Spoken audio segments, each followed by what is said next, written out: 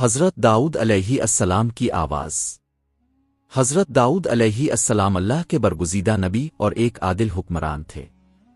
اللہ تعالیٰ نے آپ کو بے شمار نعمتوں سے نوازا، مگر آپ کی خوبصورت اور روپرور آواز ایک عظیم معجزہ تھی۔ قرآن مجید میں آپ کا ذکر زبور کے ساتھ آتا ہے جو آپ پر نازل ہوئی۔ اللہ کی حمد و ثنا۔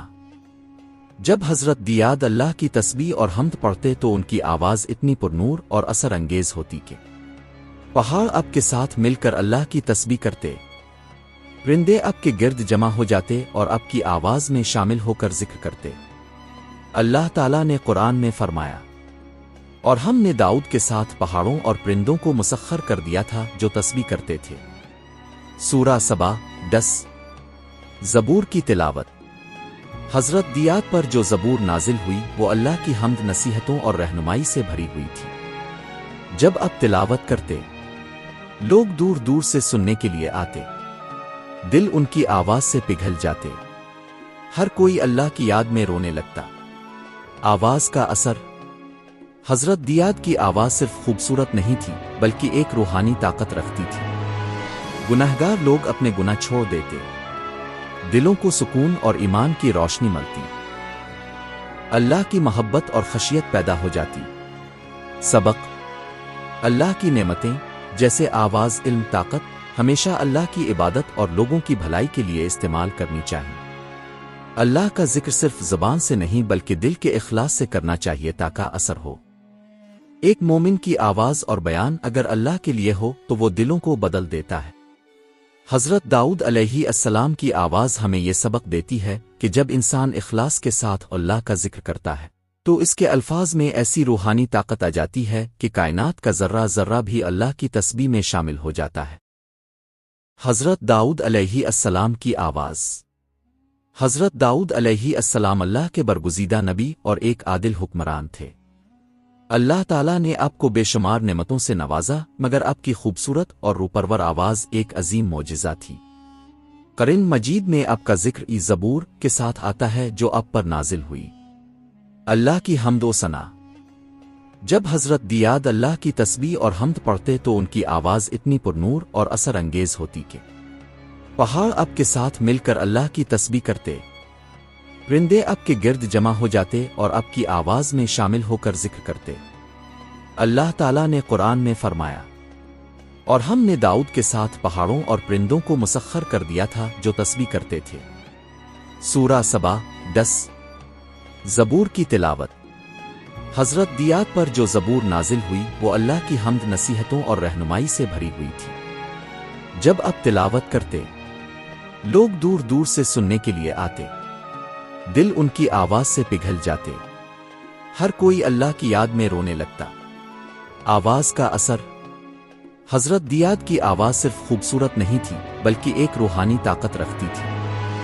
گناہگار لوگ اپنے گناہ چھوڑ دیتے، دلوں کو سکون اور ایمان کی روشنی ملتی، اللہ کی محبت اور خشیت پیدا ہو جاتی۔ سبق۔ اللہ کی نعمتیں جیسے آواز، علم، طاقت ہمیشہ اللہ کی عبادت اور لوگوں کی بھلائی کے لیے استعمال کرنی چاہیے۔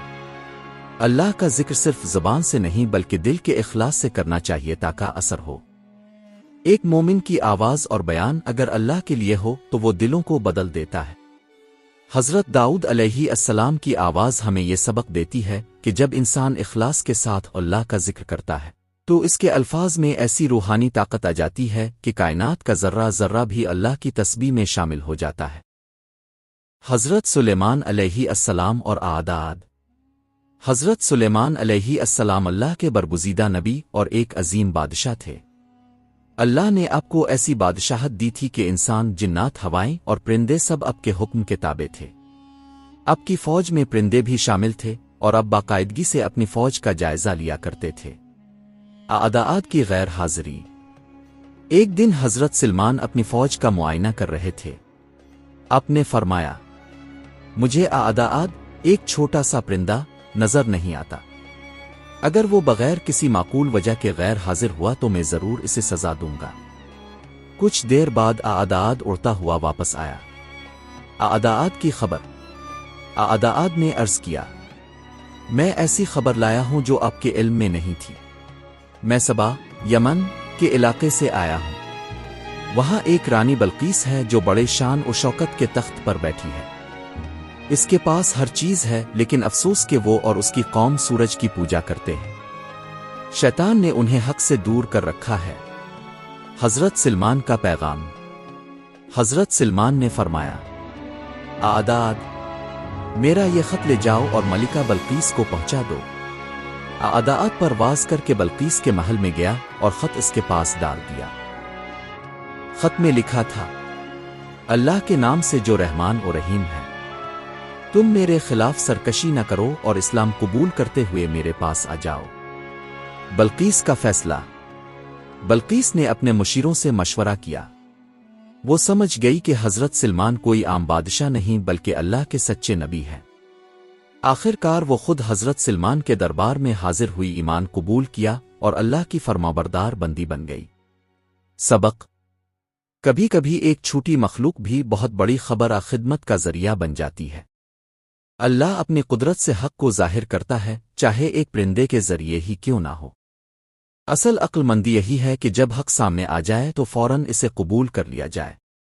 یہ واقعہ ہمیں یہ سبق دیتا ہے کہ اللہ کی مخلوق میں چھوٹا بڑا کچھ نہیں، اصل عزت اسی کی ہے جو حق کو پہچان کر اسے مان لے۔